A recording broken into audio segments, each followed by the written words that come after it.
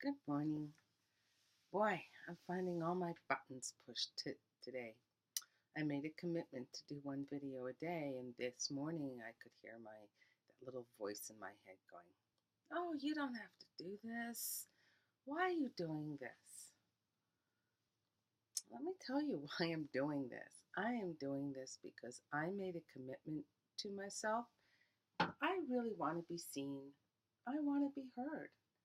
All my life, that is what I have truly, truly wanted. From the time I was a little girl and knew that there was another way of being, there has been this voice inside of me, and I hear it perfectly well, and it makes perfect sense.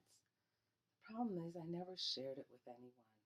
It doesn't come out of my mouth. So, how is anyone going to know what I'm thinking, what I want to share, who I want to be, how I want to impact the world?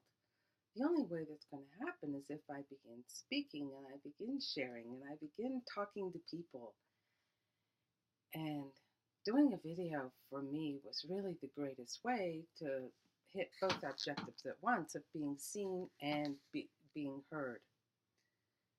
And I was thinking that this morning about how did this journey start? When did this journey start?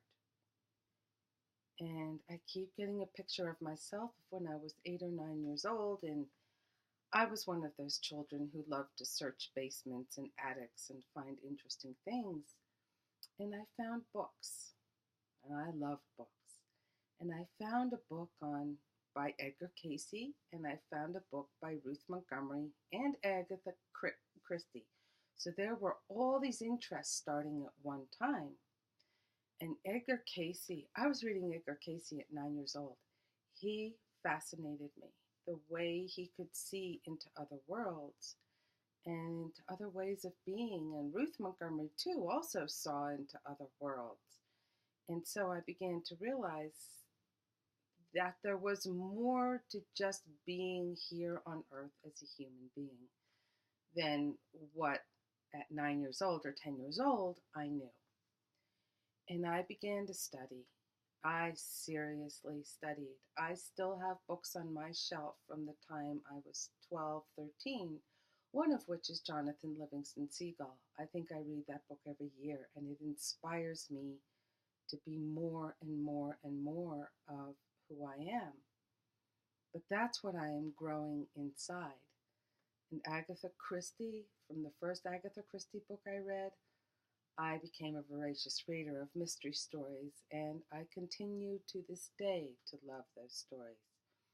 But anyway, seeds are planted in our childhood, and that really starts to create the voice that is inside of us.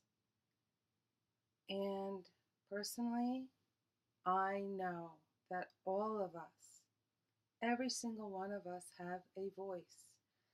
And this voice is important for everyone on the planet.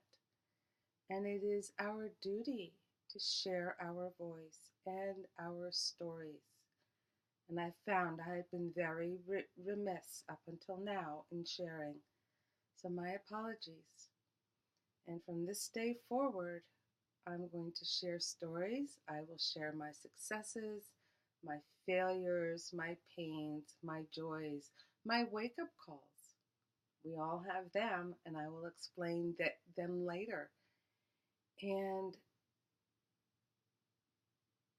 the inspiration. People around me inspire me.